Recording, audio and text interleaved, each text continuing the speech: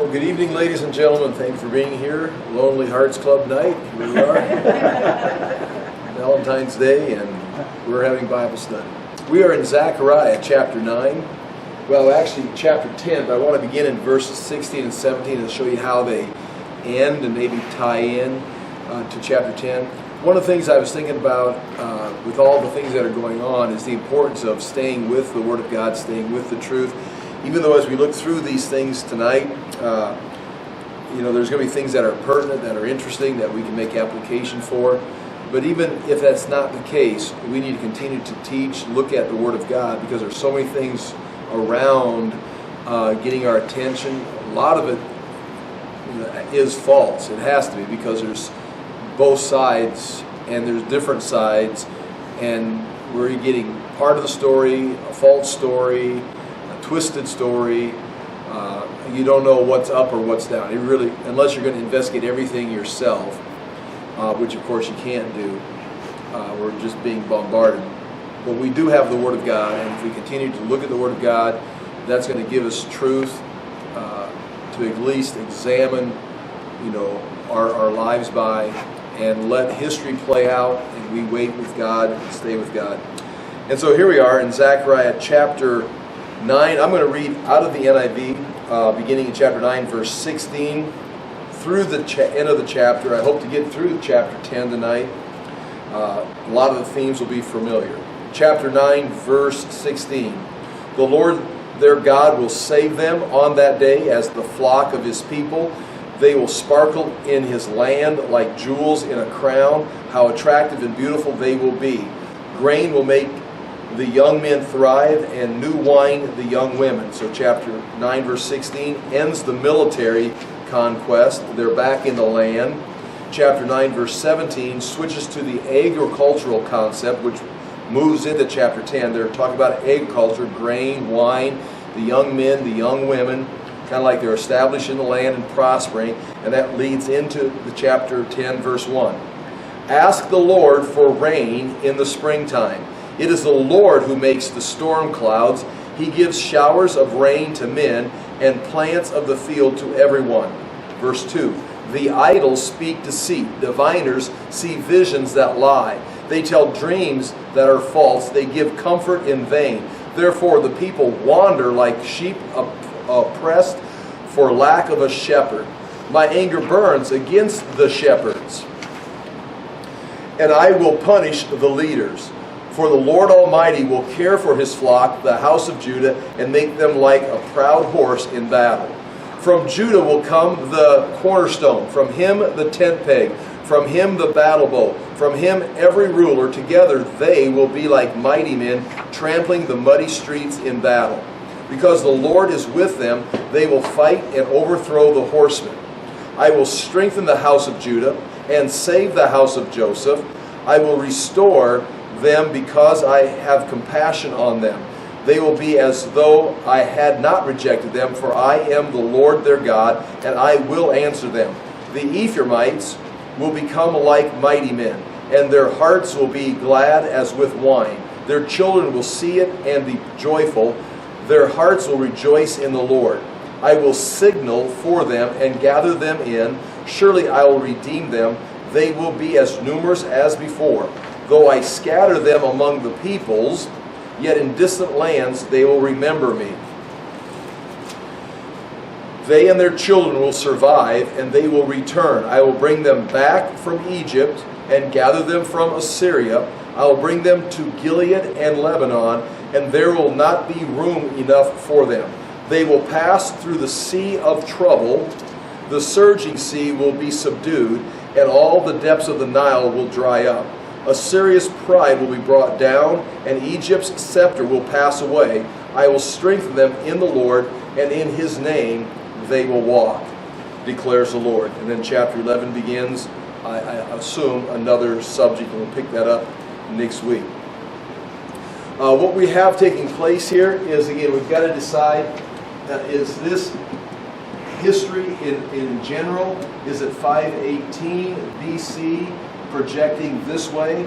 Is it some kind of eschatological, talking about some distant future that is yet to come?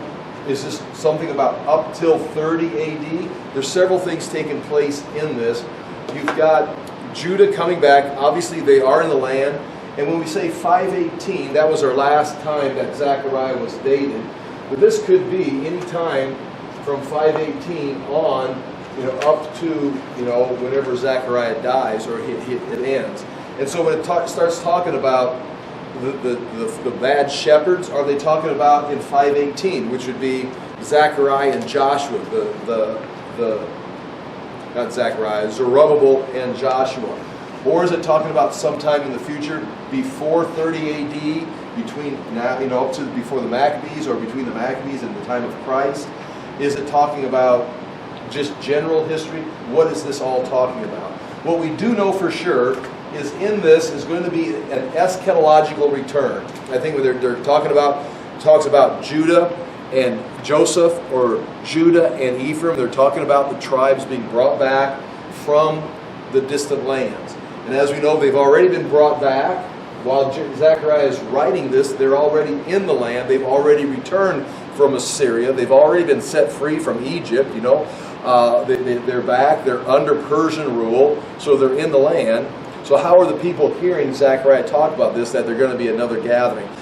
There's still people that are left to come into the land from Zechariah's day.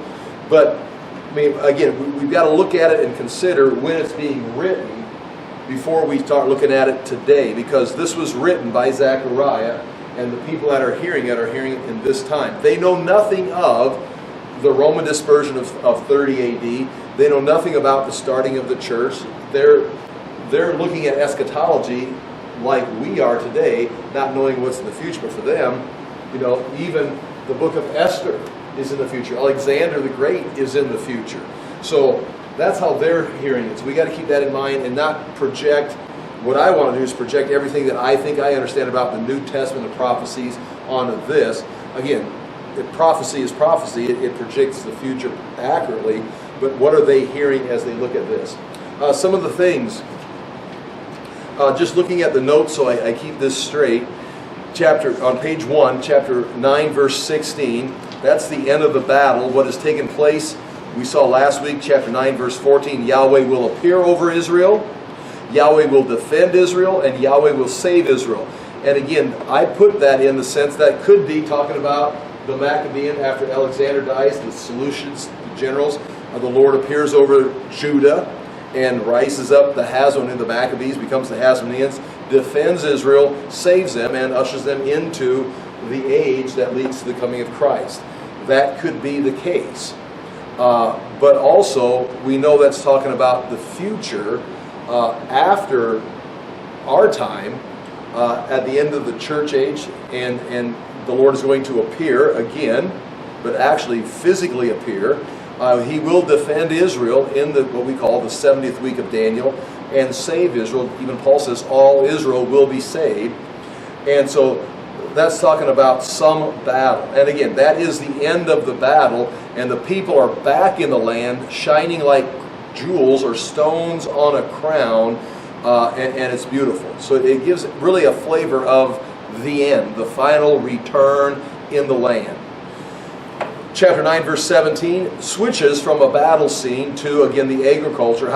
For how great is His goodness and how great His beauty. Again, we talked about that. Is that talking about the Lord's goodness and beauty, or is that talking about the jewels, Israel, being back in the land? And it could go either way. It could be talking about Israel being good and beautiful in the land. Grain shall make the young men flourish, and new wine the young women. Again, there's that prosperity, the agriculture back in the land. God is blessing them. They're beautiful. They're like jewels in a crown. And now we turn the page, and I got a few things written down at the top of page 2. Point 2 is kind of what I was talking about just right here, this little mess I wrote here. The time of this occurring could refer to, and then there's your 4 choices. Or at least you can eliminate them if you'd like to. History, anytime in Israel's history, since this is God's plan for His people, it's always going to be like this. They turn away from God, they'll be disciplined. They return, God blesses them. 518, during this time of Zerubbabel, is he talking directly to his generation? Maybe not exactly in 518, but maybe he's writing this in 505 or 490, depending on where they're at. Or the time that Israel is in the land, going up to 70 AD, or eschatological. Some other things there. Oh, point 6, there's the pronoun for his goodness and his beauty. Could be his, meaning Yahweh's goodness and beauty, or their, meaning the Israelites in it. Last week, that's the end of the notes there, we gave the impression, it appears that it was their beauty in the land. Okay, now, chapter 10, verse 1 begins, but it continues right away with the agriculture. And I looked at this for a while, trying to decide, and I actually kind of thought I was going to go that way, that this last verse of chapter 9 was really part of chapter 10. But as I studied this and began to realize, I think that clearly ends that chapter, and we continue with the agricultural image, but you can see verse 1 and verse 2 of chapter 10 are going to be contrasting. One is going to be Yahweh, and the other is going to be the cherubim, or the idols, the household gods. And we're going to spend some time talking about this. And so it's still got the agricultural image, but it's switching directions here. And here it is, chapter 10, verse 1, telling the people, again, of what day? Well, clearly, Zechariah, he's telling the people this is what you should do. It applies to any time in history between here up until the time of Christ. It applies to us, but he's talking, again, he's not talking to the church. He's talking to Israelites, and there is a practice. This principle is still true in our time, but he's writing to Zechariah to address the people in 518, and it's available for them all. But here it is. Ask rain from the Lord. In other words, you need rain, you need your crops, you need prosperity, you need blessing. Ask the Lord, ask Yahweh, in the season of the spring rain, from the Lord who makes the storm clouds, and he will give them showers of rain to everyone, the vegetation of the field. He'll give the showers, and that will give you the vegetation. It's going to come from the Lord. The key being, you need to ask Yahweh for the rain. You need rain for your crops. You need the crops to eat and prosper. Your source is Yahweh. That's the whole point right here. You need to go to Yahweh. And it describes right here, the Lord who makes the storm clouds. Now, the idea there, especially going back into chapter 9, you can see this developing, the deity that rides in the clouds. He appears in the clouds. He fights from the clouds. But also, he's going to be the one that controls the clouds. He is the divine warrior. He is the God that is above controlling all.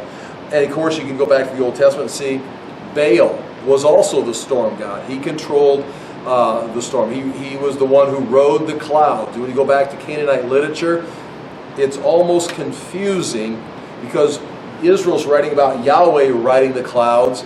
You just go find the Ugaritic text, and you've got Baal riding the clouds, and the Lord is sending his bolts of lightning. Baal's sending his bolts of lightning. It's like, what? I mean, it's like they're almost parallel. Well, then you get to Elijah, Mount Carmel. They are. He says, okay, let's find out. And then you've got to decide, and be careful with this. Baal didn't send lightning because he's not even real. And that's a fine way of looking at it. But yet, when you start listening to the dialogue in the Bible, the problem with them is not that they're not real, that these powers are not real. It's they are wrong. They are empowered with, if it be fallen angels, if it be demonic forces. There is a real Satan, and there is a real fallen angels that are rulers and authorities in the heavenly realms. And so when you talk about Baal, well, he wasn't even real. It's like, okay, there's a way of yes, possibly, but yet possibly he is real. There is a demonic force representing, or a fallen angel representing himself as Baal, as the other angelic fallen forces would be, or were, or have been. Some have been locked up in the underworld in everlasting chains of darkness. Some demons have been sent to Tartarus, into the abyss. But that makes a different play with Elijah. When Yahweh sent fire, Was it that Baal couldn't send fire, or that Baal was not allowed to send fire, and so was left powerless? Because the day is coming, and you got to be careful with this, because the day is going to come where the Antichrist and the false prophet will call fire out of heaven. There will be demonic manifestations that are not fake, and you can't say they're not real, because they actually happen, because God is going to allow them to happen. Just like God is going to allow, after people have rejected truth for so long, which is very interesting in our culture, as we continue to run after false philosophies and be inundated with false truths and lies and deception, and some people want to run after that, is God has said, for those that are going to reject the truth, God says He will send the great delusion. And I would think the great delusion is going to be something more than just the lies of a political party or the propaganda from a foreign power. It's going to actually be God Himself sending something that's going to, if you've rejected the truth, this is your evidence that the truth isn't even real. God says, yeah, go after that. And so that's kind of, what we're looking at here is there's a place where God protects and will not allow demonic manifestation or lies or deception. But there's also a place where people search after them, look for them, want them. He tells them, no, ask the Lord. Ask Yahweh. He's the one that provides. He will give it to you. But if you want to keep going after the teraphim, it's like, that's going to cause you some problems. Because, first of all, if they're not really there, you're just in deception and there's no reality. It's vanity, like the prophet said. But if they are demonic forces, like Paul talks about, you're going to end up following the doctrines and the teachings of demons that are going to produce death and destruction. I mean, there is a power here, but it's not life. It's going to lead you away from God into deception. So, best case scenario, it's just emptiness. There's nothing there. It's just stupidity. Worst case scenario, there's a power there, but it's a power leading you further and further into darkness and deception that you'll never find your way out of there, because there is a power. Well, so anyway, chapter 10, verse 1, ask rain from the Lord, in the English Standard Version, in the season of the spring rain, for the Lord will make the storm clouds. He's the one that's going to make it rain. And He will give them showers of rain to everyone, the vegetation of the field. That's what, I've got written down on the bottom of page 2. And that leads us to chapter 10, verse 2. And here's the switch. For the household gods utter nonsense, and the diviners see lies. They tell false dreams and give empty consolation. Therefore the people wander like sheep that are afflicted for lack of a shepherd. In other words, if you want to go to Yahweh, you don't want to go here, because if you go here, and you can see right there, I should have circled it, but you can figure it out. It's the second word in the Hebrew, going from the right side to the left. It says, there's your word for, making the connection. The word idols. Is the word idols that are translated. The English Standard says the household gods, and household gods is a good translation. And the word is hot teraphim, and the word comes from the word teraphim. And we're going to spend some time looking at the teraphim are images. They're little statues. We're going to talk about them, and we got a lot of insight that we can play with that. But also, for the household gods, or the teraphim, utter nonsense. And the diviners see lies. The diviners are going to be the ones, we could say the diviners are the prophets for the teraphim. The diviners are the spokesperson, the officials of the teraphim. They're going to use the teraphim to make contact with the spiritual realm. So these are your preachers, your teachers, your philosophers that are getting their information from the teraphim. And the teraphim utter nonsense. The teraphim are giving information that is identified here in the English Standard as nonsense. They're giving this information to the diviners, who are now explaining it, and they're seeing in a vision, they're understanding, they're receiving by revelation lies. They tell false dreams. So this is your option. And this is some point, if it's in 518, if it's some generation coming up until 30 AD, if it's throughout history, this is the problem. This is where we're at. I mean, this is where America is at right now, and it's becoming more. There's a little while there, and we went through the modern age. You know, we left the pre-modern age and the modern age, where we're following science, we say. We're following science. And of course, science is established in reality. Science is established by God. So there is natural truth in science. God created science. And that's the early scientists, the true scientists, you know, that came out of the Middle Ages. They were Christians that realized Yahweh created the world, that these two things should be compatible. And when you have Yahweh and science working together, that's great. But in the modern age, especially when we were younger, 60s and 70s, they began to try and drive a wedge between religion and science, and you had to be what they call secular. You had to be you couldn't go to science with any concept of God, which is fine because science is going to stand on its own. You don't have to be a believer because science is real, but science originates from Yahweh, the Creator. So you can study science without being a Christian. You can come up with insight. But that the secular, we've been moving this way throughout the last several decades. We've been moving this way with the postmodern age, and now this science is now starting to pursue, or culture is starting to pursue, a false philosophy. You can call it postmodernism, and we've talked about it before. There's no absolutes. Whoa. The reason the great scientists in the 16th, 17th, 1800s began to break out because they knew Yahweh was absolute, that His creation was absolute, that there are principles making it function, that you can study the absolute principles and figure out what's wrong. We can figure out medicine because this is why this doesn't work. We fix this, we fix that. It all equals out. There's math, there's equations. But as you go into postmodernism, you're rejecting Yahweh, the absolute, and embracing the concept over here of no absolute. And you're going to now start basing your science not on the Christian culture, but on a postmodern culture.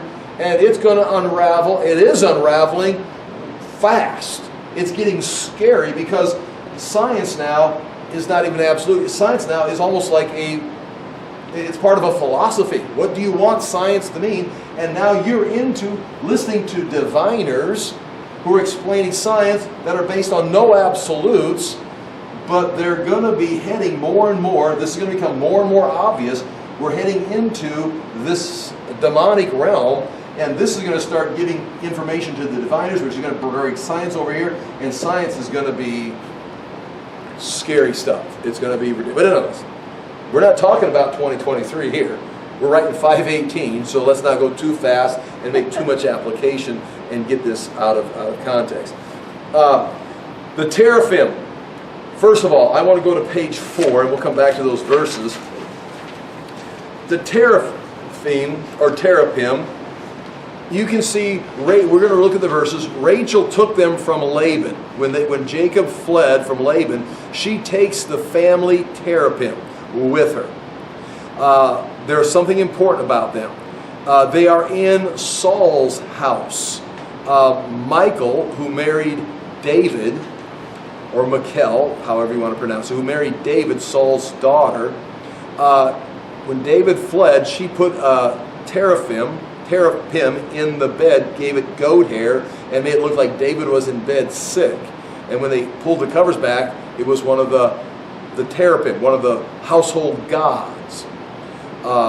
And we can see other things about this. So what we know so far about point B on page 4, the teraphim are utter nonsense, are images that represent deceased ancestors and were used to venerate them.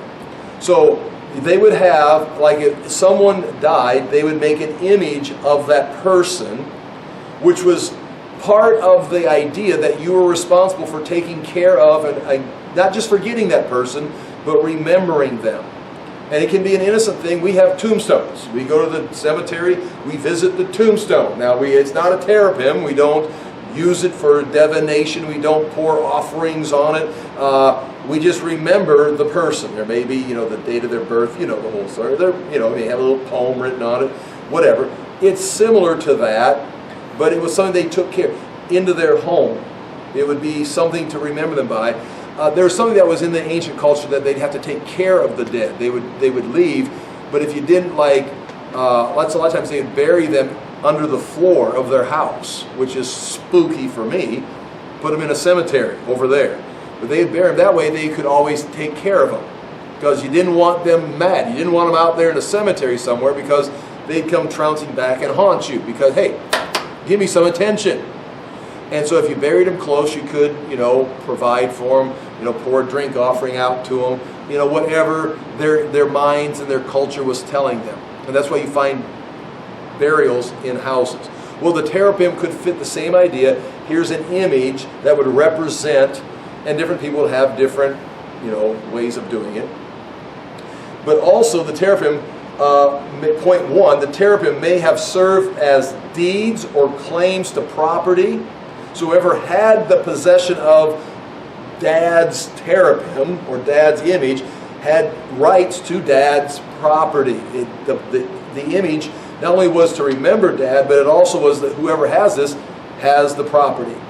Thus, the stealing of Laban's teraphim was more than just, taking some little gods, some little idols. It was taking a claim, because you remember Rachel saying something like, what have we gotten out of this deal? These things belong to us. We're taking them with us. Which is like, what, you want these stone images? It's like, well, no, this is the title deeds. That's our stuff. Property, possessions, blessings, favor, or access to the spiritual realm. Now, if your forefathers are in the spiritual realm and they're still active, maybe we could get them to work on our behalf a little bit. Pull some strings. So not only do we want to make sure we don't forget them and they haunt us, maybe we can talk to them, they can give us information, and now you're into necromancy, where you're communicating with the dead. Now again, I do not believe that you can communicate with the dead. I do believe demonic forces can imitate, but then you've got this story of Saul, who is actually going to go do that very thing and talk to Samuel. And it appears it's really Samuel. You can say, well, it was a demon imitating Samuel. The witch was scared. Samuel was upset, and the information was accurate. So again, that's another conversation, or not another, but keep that in mind. Point two, the teraphim were used to remember the deceased ancestors and were images that help provide a point of focus to continue to care for them. I already said that. Point three, the teraphim were used to contact the deceased or access the spiritual realm to seek influence from the deceased. Which leads to point four, the teraphim may have indicated the deceased ascendancy to some level of divine status. They wouldn't become the God, but they could become more than human, because now they're into the spiritual realm, and now you can go there and you can have help, get blessings, and you want to make sure you're making communication. And who's going to make contact with the dead ancestors? Through the teraphim, it's going to be the diviners who are skilled in their ministry, skilled in their officiating, skilled in their manipulation of this, and they can access visions, dreams, words, prophecies from the teraphim. The diviners can receive this and begin to speak it and share it with others. And so when you need rain, you go to the diviners who go to the teraphim, who go to the underworld to ask the ancestors, can you give us some rain? Can you talk to Baal while you're there? Sounds a lot like some Catholicism things, which makes sense, when you say God is busy, but if you got a saint up there that you can ask, they're right there. We're like, hey God, hey, listen to us. If you could have a personal relationship with a particular saint, they could just walk across the hallway and say, hey, we got a message from so-and-so. Can you kind of, it makes sense if you're working in some kind of a hierarchy. Now, if you're working with the Bible, you have access through Jesus Christ. That's your priesthood. It doesn't make sense. But again, with this line of thinking, in human thinking, you can see how that would all develop. So that is what a teraphim is. Go back to right here very quickly. See if any of those things I said now make sense, because we've got some references to teraphim in the scriptures. Here's the one with Laban and Rachel. Genesis 31, 19, 34, and 35. And there's more verses there. I've got just parts of it. Laban had gone to shear his sheep, and Rachel stole her father's household gods. The underlined word is teraphim. She stole the teraphim. Now Rachel had taken the teraphim and put them in the camel's saddle and sat on them.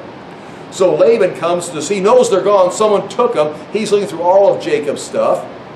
He searched but did not find the teraphim because Rachel was sitting on them. She's got the teraphim. So for some reason, she's got them. He wants them back. And it's got to be more than just, those things are valuable. I made them out of gold. It could be just, they're gold and we want them back. They're worth money. Or it could mean the teraphim are the ancestors. They're everything we've built up as a family. We've got connections with property. We've got connections with legal rights. We've got connections with the ancestors. Someone's got to be taken care of. But there's a lot going on right here. That's it. That's all I've got right there on Genesis.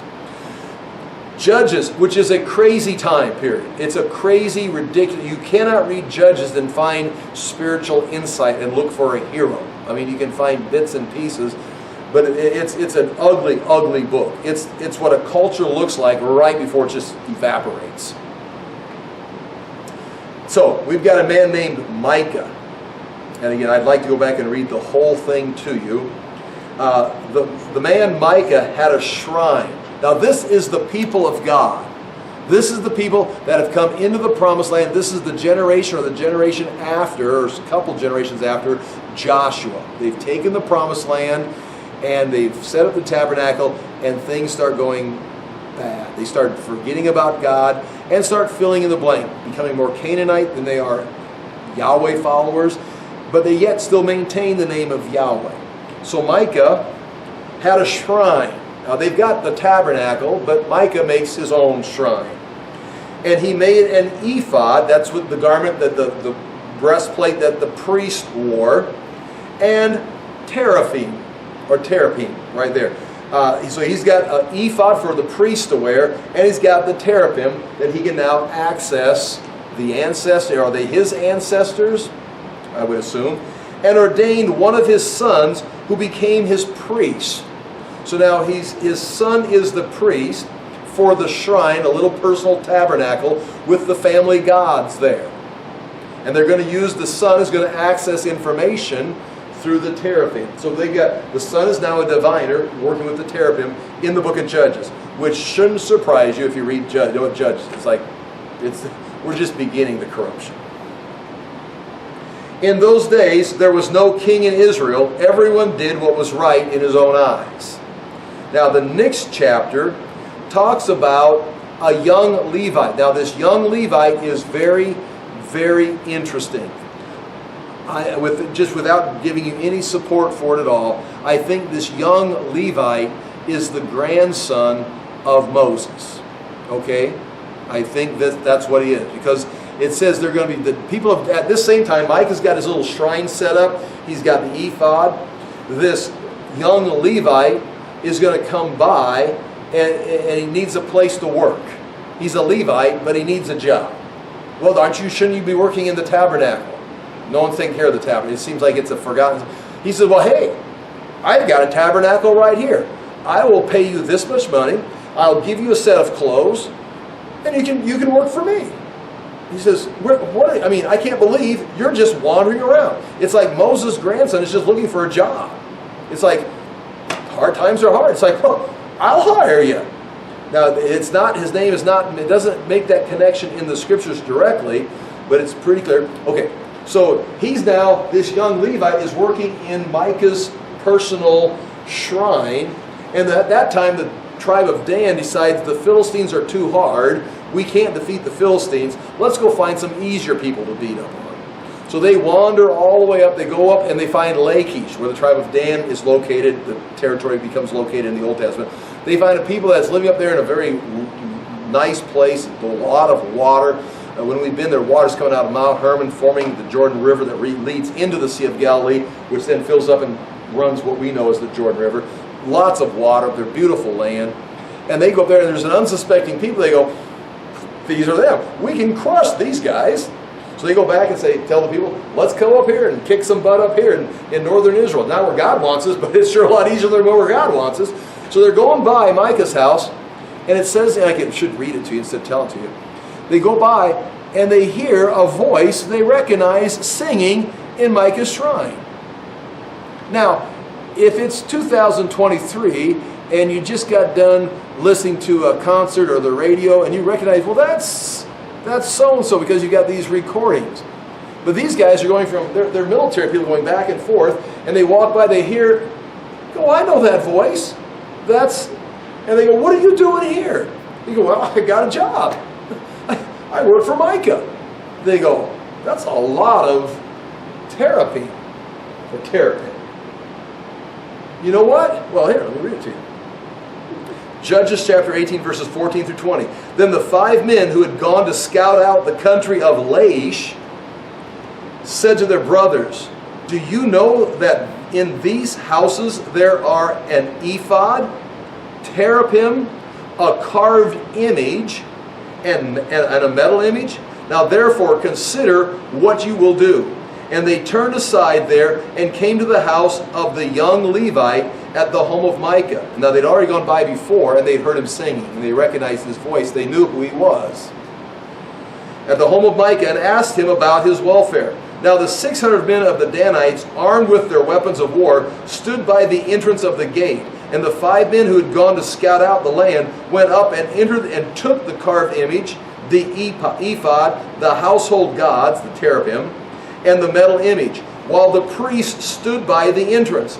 The priest, the young Levite, stood by the entrance and watched all of Micah's stuff be carried off.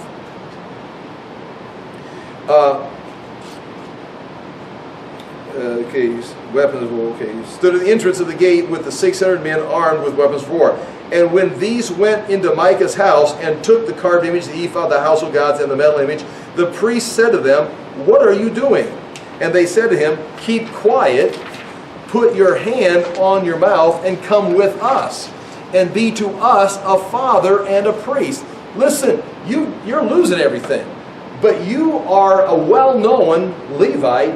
We would be honored to have you come with us. So don't say anything, cover your mouth, and just come along with us. We're taking all this stuff. You can be our father, our leader. You can be our priest. You can speak for the teraphim to us. Is it better for you to be a priest to the house of one man, or to be a priest to the tribe and clan of Israel? You'll be the priest of the tribe of Dan. And the priest's heart was glad. The young Levite was, what a great idea! This is a better offer. He took the ephod and the teraphim and the carved images and went along with the people, and he moved up north, and that's where the tribe of Dan settled, and took all these images with him. So that's the teraphim right there. And that would probably, that's a good idea, just kind of look that up yourself, do some study, who that young Levite was. 1 Samuel, there you've got Michael and David with the household god there. And then Ezekiel 21, verse 21 through 22. For the king of Babylon, Ezekiel writes, now we've gone from Genesis, we've gone through Judges, we're into 1 Samuel, which is like 1000 BC. So there's at least a 1,000-year period there. And now we're into Ezekiel, which is going to be, 580 BC. Right around that time. For the king of Babylon, Nebuchadnezzar, stands at the parting of the way. He's trying to decide which way he's supposed to go for battle. At the head of the 2 ways, to use divination. He's going to use divination. He shakes the arrows. In other words, he takes a couple arrows, shakes the arrows and throws them down, and then the diviners come up and read how the arrows fell. Yeah, and it's like they get spiritual insights from how the arrows fell. He shakes the arrows. He consults the teraphim. Nebuchadnezzar is consulting, and that's how it's translated. All the other places translated household gods. Here it's translated just like it is, teraphim. So Nebuchadnezzar is consulting the teraphim. So there's some ancestors, some ancient kings or something, the images of, and the diviners are going to speak to him. He looks at the liver. They would actually open up an animal, take the liver out, and read a liver. And I saw in the British Museum, I saw models of livers made out of clay. And they're like teaching tools. If the liver looks like this is what this means, and there's writing on explaining how to read the liver for insight.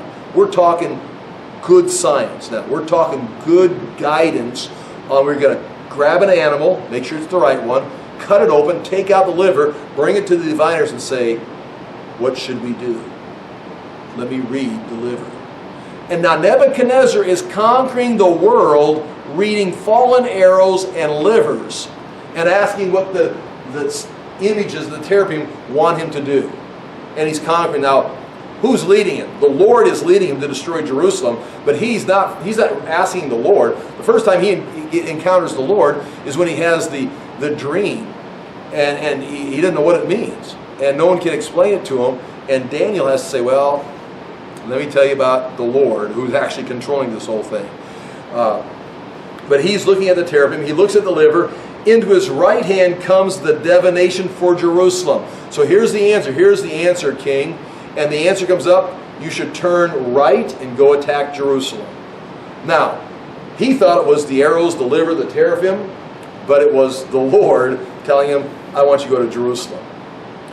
And that's what Ezekiel's writing. To set the battering ram, to open the mouth with murder, to lift up the voice with shouting, to set battering rams against the gates, to cast up the mounds, to build the siege towers. And the Lord is leading him there to do his work. Okay, diviners, point 2, diviners. Comes from the word qasam, Q-A-S-A-M, when it's transliterated. It means to practice divination.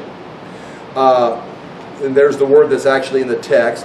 It's associated with, these are some verses that it's associated with. In Deuteronomy, when you are a diviner, in Deuteronomy 18 verse 14, it's right alongside practicing witchcraft, is a diviner. So a diviner looking at the teraphim or asking information from a teraphim is right beside witchcraft. Or making sons or daughters pass through the fire, which means, the translation, burns his son or his daughter as an offering. Deuteronomy 18 verse 10, same verse has diviners in it. And Saul says to the witch, or the medium of Endor, now just watch this.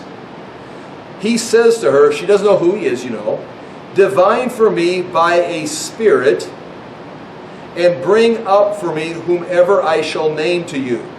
The woman said to him, surely you know what Saul has done.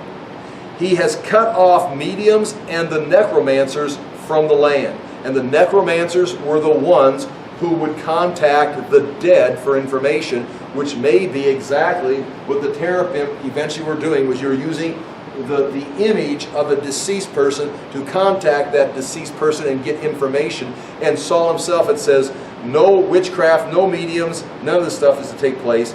Nonetheless, we go back to our text right here, and chapter 10, verse 1, ask rain from the Lord. He's the one that is going to give it. Verse 10, chapter 10, verse 2, for the household, the teraphim, utter nonsense. It's like reading a liver. There's nothing there. It's like postmodernism. It's nonsense. And the diviners, the religious leaders that are reading the teraphim, or the philosophers, the leaders that are following postmodernism, see lies. They tell false dreams. What they're teaching, preaching, proclaiming, it's a dream. It's not even real. And give empty consolation. It's going to be okay. We're going to do these things to improve the environment. It's empty it's not going to work, or whatever it is. Therefore, the people wander like sheep. They are afflicted for lack of a shepherd. Because you're over here looking at this stuff, your leaders, the shepherds are the leaders. I'll show you some examples. The shepherds are the leaders of the people. The leaders of the people have gone to teraphim to get information, but their lies, their dreams, the philosophers who are instructing the leaders, it's worthless. And so the people who are following their leaders, it's as if you don't even have a shepherd. It's like sheep just wandering around, not knowing where they're going. Oh, I'm the shepherd, I'm the leader. No, you're a leader listening to the diviner who's telling lies and telling dreams that aren't true from a teraphim who is worthless. And so if you're following the teraphim of a diviner by a leader and you're the people, you're lost. You are wandering around. You're like sheep without a shepherd. Well, we got a leader. Your leader is lost because the diviners are lost because the teraphim are worthless. And you can tie that right into our culture, but you can tie that into a variety of different cultures and make the same thing. That's where we're at. Turn the page, and bottom of page 4. Just shepherds. This clearly means leaders. Kings were the shepherds or leaders of the people. Kings in the ancient world refer to themselves as shepherds. There's Lugel Zagesi, 2358 to 2334 BC. A Sumerian king called himself a shepherd. Another one from 2300 BC in Mesopotamia. Ashurnashirpal, the Assyrian king from 883 to 859, actually wrote that he was shepherd of the four quarters who has brought all peoples under one authority. Notice that. In 883, 859, Ashurnashirpal believed that he was the shepherd who had gathered the people from all four quarters and brought them under one authority. He had rebuilt, he thought, the Tower of Babel. He had united the world. It was the New World Order in 883. Tower of Babel in Genesis, Ashurnashirpal in 880, all the way through Alexander the Great, going to unite the world in one empire. Today, if you want to know what's happening to America, why is this nothing making sense? The border's open. We're sending all of our military to Ukraine. We're being invaded by balloons. It's like, what is happening? Tower of Babel, the spirit of Ashurnashirpal, Alexander the Great. They want a one world global government. It's from the book of Genesis. It's always been this way. And God says no. And even when Jesus returns in Psalms chapter 2, he says, I've already established my king. He is the one who's going to rule the world. And even when he rules it, there's still going to be individual nations that have their own leadership. And that's another whole story. Ashurbanipal of Assyria and Nebuchadnezzar all consider themselves shepherds. Okay, chapter 10, verse 3. Because Yahweh asked him, he'll send the rain, but you've gone to the teraphim, the diviners are lying to you, and the shepherds are following the diviners, and my sheep are without leadership. They've got leaders, but they're stupid, so they're not even real. Chapter 10, verse 3, my anger is hot against the shepherds. God is angry with the leadership, and you can see why. And I will punish the leaders. For the Lord of hosts cares for his flock, the house of Judah. Now, forget about 2023. Forget about any application. The context here is somewhere in Israel's history. If it's 518, if it's 490, if it's sometime leading up to the time of Christ, if it's the final days, these false shepherds could be the ones who sign the peace treaty with the Antichrist and enter into the covenant of death that Isaiah and Jeremiah talk about. It could be that. But nonetheless, God says, I am angry with the shepherds. I will punish the leaders, for the Lord, Yahweh of hosts, cares for his flock. Who's his flock? Here it is, the house of Judah. Judah has got poorly, in this, wherever this is taking place, Judah's got leaders that are following diviners who are following the teraphim, which are basically into false philosophy, into demonism, witchcraft, and they're trying to figure things out. And God says, no more. I care too much about Judah to let this happen. I'm going to punish the leaders. For the Lord of hosts cares for his flock, the house of Judah, and will make them like his majestic steed in battle. Now here we go, right back to where we were in chapter 9.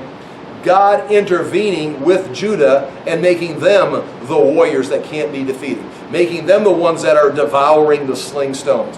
Because of this, Judah is going to rise up. Again, is this the Maccabean revolt? Is this the end times? When is this going to take place? And will make them like his majestic steed in battle. Now, all of a sudden, they're on the horse. They're the steed that is going. They were the battle bow before. They've been the arrow. Now they're the steed in battle.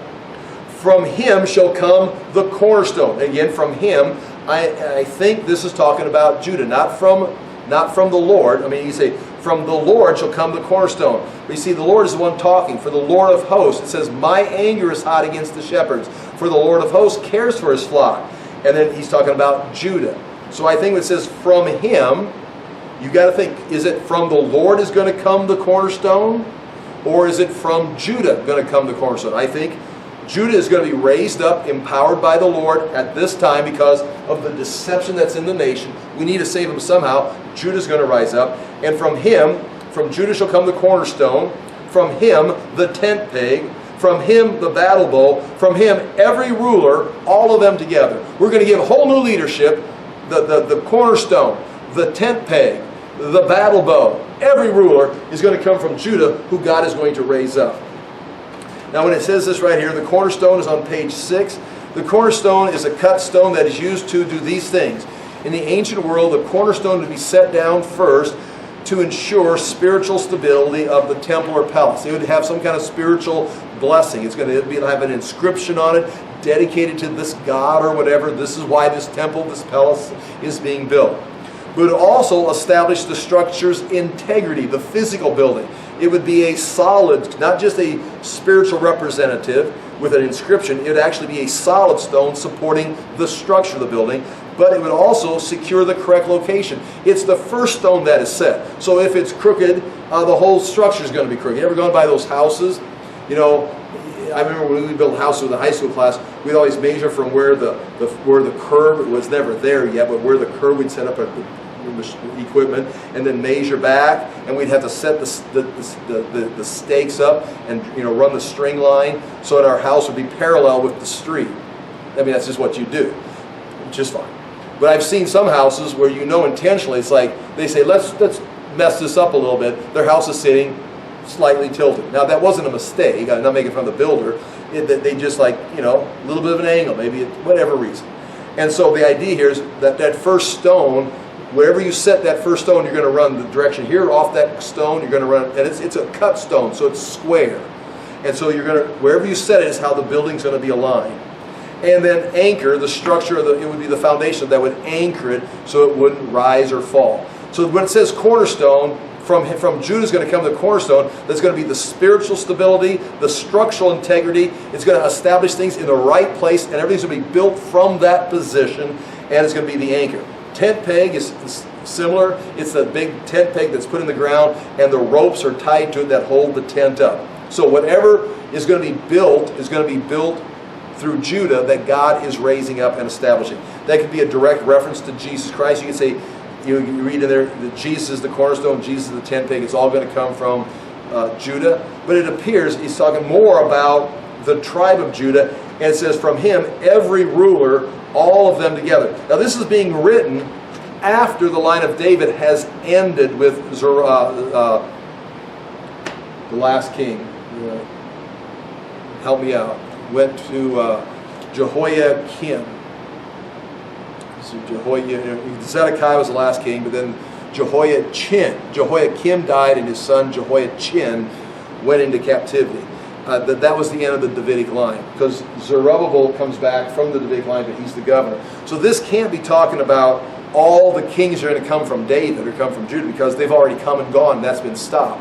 The next king from Judah is going to be Jesus. So it appears we're talking here, I'm going to say, about in the future sometime when Jesus returns to deliver Israel. They're going right. It's right. We talked about this in chapter 9. Judah's going to be raised up, and we're going to establish the kingdom from Judah. Okay, chapter 10, verse 5. They shall be like mighty men in battle. Here we're right back in the battle. Judah, the Jews are fighting a battle. Trampling the foe in the mud of the streets, they shall fight because the Lord is with them, and they shall put to shame the riders on horses. Again, that can refer to any time. It was the Persians were the ones who began to mount horses and form a cavalry so that they could outmaneuver foot soldiers. It was really an innovation of the Persians. Alexander, of course, picked up on it and met them with his own mighty set of horsemen. Chapter 10, verse 6. I will strengthen the house of Judah. I mean, we're still talking about strengthening the house of Judah. For possibly an eschatological battle. And I will save the house of Joseph. Now this is northern Israel. So now we've got them coming back again, the tribes coming back, being regathered. I will bring them back because I have compassion on them. That's the compassion of the Mosaic covenant. And they shall be as though I had not rejected them. Again, remember, they're in the land. This can't make sense to 518 because we've already been regathered. We're back. And so it's projecting into the future. I'm thinking, it's not like there's it's a mystery and then there's an answer book somewhere at the back of the Bible. And I will bring them back because I have compassion on them, and they shall be as though I had not rejected them. For I am the Lord their God, and I will answer them. Because remember, it all began, ask the Lord. And when you come to that place where you ask me, I'm going to answer. Chapter 10, verse 7. Then Ephraim, now this is again, we said Joseph earlier. Ephraim is also a northern tribe. So this is talking about northern Israel, the northern tribes. It's one of the major tribes. Then Ephraim shall become a mighty warrior, and their hearts shall be glad as with wine. Ephraim's conquering now. So all of Israel now is conquering, winning battles. Their children shall see it and be glad. That's talking about the next generation is going to see this victory and rejoice. Again, if this is eschatological, we're talking about going into the kingdom age. Their hearts shall rejoice in the Lord. Look at what the Lord has done. Chapter 10, verse 8. I will whistle for them and gather them. That is actually the word whistle. It is what a shepherd would do. He would whistle. It would be his sign for his sheep. I've heard it said, I heard it preached, that they'd put their sheep in a pen at night, then take them out to graze during the day. So many shepherds would put their sheep in the pen. There'd be different flocks. But each shepherd had a whistle, had a sound, had a hiss that the sheep would recognize. And so now when they opened up the gate, not everybody's sheep would go out. You'd whistle your signal, and your sheep would come out. Thus Jesus, you've got it written down right there. John chapter 10, verse 27, Jesus says, as he is saying he's the good shepherd, he says, my sheep listen to my voice, I know them, and they will follow. So when Jesus calls, his flock will listen. But anyway, this is saying, I will whistle for them and gather them in. This is the Lord whistling and calling them from the nations back to this end time eschatological event. For I have redeemed them, and they shall be as many as they were before. Again, that's the eschatological blessing. So that's what's in this chapter. I mean, there's really, I don't want to say nothing new here. We go back and examine it closer, but this is the ideal of God bringing his people back, and that's what I'm more interested in. What is Zechariah talking about? What time period? And now right here, chapter 10, verse 9, in the English Standard it says, though I scattered them among the nations, yet in far countries they shall remember me. They're going to remember, apparently, remember and ask, and he's going to respond. And with their children they shall live and return. Now do notice this, the English Standard has, though I scattered them among the nations.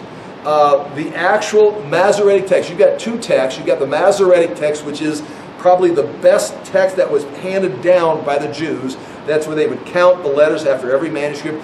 I can't tell you off the top of my head, but the oldest one we've got is like 900 AD. But when they found the Dead Sea Scrolls, it matched the Dead Sea Scrolls that were written up to 200 BC. So we jump like 1,000 years, and the Masoretic text matches the Dead Sea Scrolls. So the Masoretic text is what all the modern translations are based on. But there is the Septuagint, which is the Greek translation that was apparently taken probably from the Masoretic text around 200 BC and put into Greek. And that's what you even see quoted in the New Testament. Paul used it, Jesus referred to it. And many of the Greek-speaking Jews, especially the Greek-speaking Jews outside of Jerusalem, use the Septuagint. It's very useful. But it's a translation of the Hebrew. And so sometimes it's not, if you got to go with the Masoretic text or the Septuagint, the Greek translation of potentially the Masoretic text, you want to go with the Masoretic text. In this case right here, the Hebrew, you see, I've got it in a box there, chapter 10, verse 9. Notice the Hebrew word there is translated, and I will sow them, which is a big deal. Because in this, yes, God's in judgment, he scattered them. But here, the Masoretic text is going to say, the word is sow. I sowed them. the idea there being in God's judgment, He's scattering them, but you take one step up this whole process. He's not just scattering to destroy them. It looks like a scattering, but you go up above another level of the divine view. I'm sowing them. Just like He sent them into Babylonian captivity, and then Jeremiah had the vision of the bad figs and the good figs. It's like, the good figs are still in Jerusalem. All the bad figs went to Babylon. Jeremiah says, no. The rotten figs are still here. God took the good figs and put them in captivity to preserve them because they're the seed that is going to be brought back to rebuild. The people that came back were the ones that were taken into captivity, the families. And the people of Jerusalem, wow, we must be the right people because we didn't get taken. Jeremiah says, you're the ones He's leaving for destruction. The ones He wanted to save, He took into captivity. And that explains His word. When He sent them and scattered them, He's sowing them, the divine viewpoint, He's sowing them with the intention of coming back and getting the harvest from them. So again, it's not a big deal, except the English Standard Version says, though I scattered them, and the word should be right there, sow. And it depends on what your different translations. I'm not a Bible translator. I'm just comparing right here the Hebrew with the English Standard, and so is the divine perspective of the overall arching view of salvation. He's sowing them. Now, if you're talking about 586, He's scattering them. He's judging them. But when you get a little bit higher, yeah, He's scattering them because He's sowing them like seed. Okay. Chapter 10, verse 10. I will bring them home from the land of Egypt and gather them from Assyria. Now, this caused some trouble for people because it's like, what? Assyria's long gone. Well, Egypt, the people were scattered. In Nebuchadnezzar's time, they were scattered. They went down to Egypt. They went to Babylon, but then they fled to Egypt. The Assyrian captivity, that was where the northern 10 tribes were scattered. So again, that could be Egypt and Assyria. It could be Judah and Israel being restored. And I will bring them to the land of Gilead and to Lebanon till there's no room for them. The land of Gilead is east of the Sea of Galilee. The land of Lebanon is north of Galilee. And it's outside the boundaries of Israel, although when you look at the big promised land, it would include that. And so the idea here is till there is no room for them. God's going to be bringing people back into Israel until they can't get any more room in Israel. They're on the east side of Galilee. They're living in Lebanon, and they're Jews, getting as close to the land as they can get because there's so many of them. So you talk about 1948, have the Jews return. Yes, I mean, they're back on the scene of history, but they haven't returned like this, where there's just no place for them. So I mean, keep that in mind. What is this talking about? Then chapter 10, verse 11, a big pronoun. We got to look at this pronoun, and I've got to wrap this up. The pronoun, he shall pass through the sea of trouble. Exactly the same thing. The Masoretic text has the pronoun. It's a singular. It means he. He shall pass. And he, is it Ephraim or is he Yahweh? The Septuagint is going to have the plural, which leads to the group, the Ephraim. They will pass. And so the idea is, they shall pass. You can see right there, the NIV says, it's point A, they will pass. The King James, and he shall pass. The New American Standard, they will pass.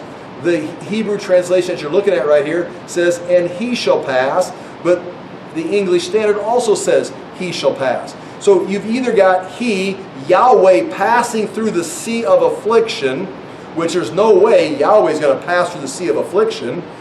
But you've got Ephraim, they are passing through the sea of affliction. So it must be Ephraim.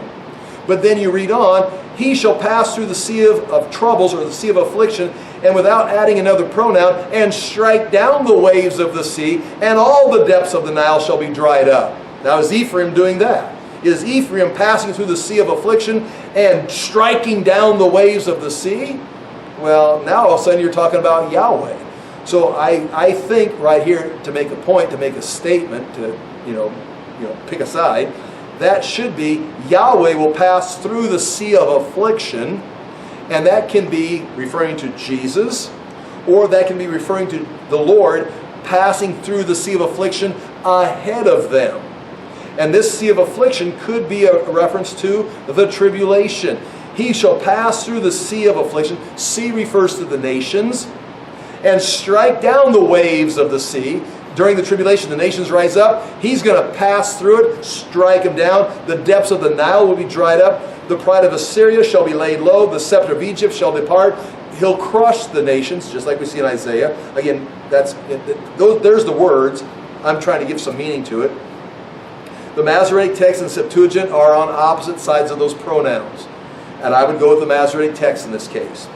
In chapter 10, verse 12, I will make them strong in the Lord, and they shall walk in His name, declares the Lord. And again, because it's one of the problems is all the way through there, it's saying, I scattered them, I will bring them back, I will bring them to the land. And then all of a sudden it says, He shall pass. It seems like it should be, I shall pass. But one of the things that I got out of the commentaries is that sudden switch of pronouns is typical of Old Testament prophecies where Yahweh is saying something, then all of a sudden it just switches and the prophet starts talking about Yahweh. And that's one of the signs of, instead of being typical literature, it's a sign of prophecy. The prophet's recording Yahweh talking. Now Yahweh's done talking. Now the prophet's talking about Yahweh just like that quick. It's like, whoa, that's not good literature. Yeah, that's the way it happened though. Yahweh was talking to me, is what he said, and now I'm describing what is happening. And so that would be a way of interpreting that. That's not necessarily the right way. You've got to either go, someone's passing through the sea of affliction. It could be the tribulation. Israel passing through the sea of affliction, and then Yahweh striking down the waves, or Yahweh Himself, like I think it's saying right there, passing through it, and He will make them strong. Now that is, I think, I'm going to say that is talking about Israel returning in the end times and tying into the Lord setting up His kingdom, Him using Judah again and the Israelites again in battle. You've seen two times, chapter 9 and chapter 10, of Israel being brought back and restored and then empowered for battle. And you're going to see that again later on in Zechariah. So that's what we see right there in those verses. There they are. I'll pray and we're done. Father, we do thank You for the chance to look into these things. We ask that we again would handle them diligently, that we'd allow the Word to grow in our heart, that we would gain understanding and insight, that we may interpret these things correctly. But Father, we also pray for mercy at this time in our nation's history, that we again would be able to see the truth, understand the truth, and live the truth, even in times where it is difficult or rejected, that we would be again not just politically right, but Father, that we would be living righteously in Your kingdom at this time in history, proclaiming Your truth and presenting Your light to this generation. In Jesus' name we pray. Amen. Thank you for your time.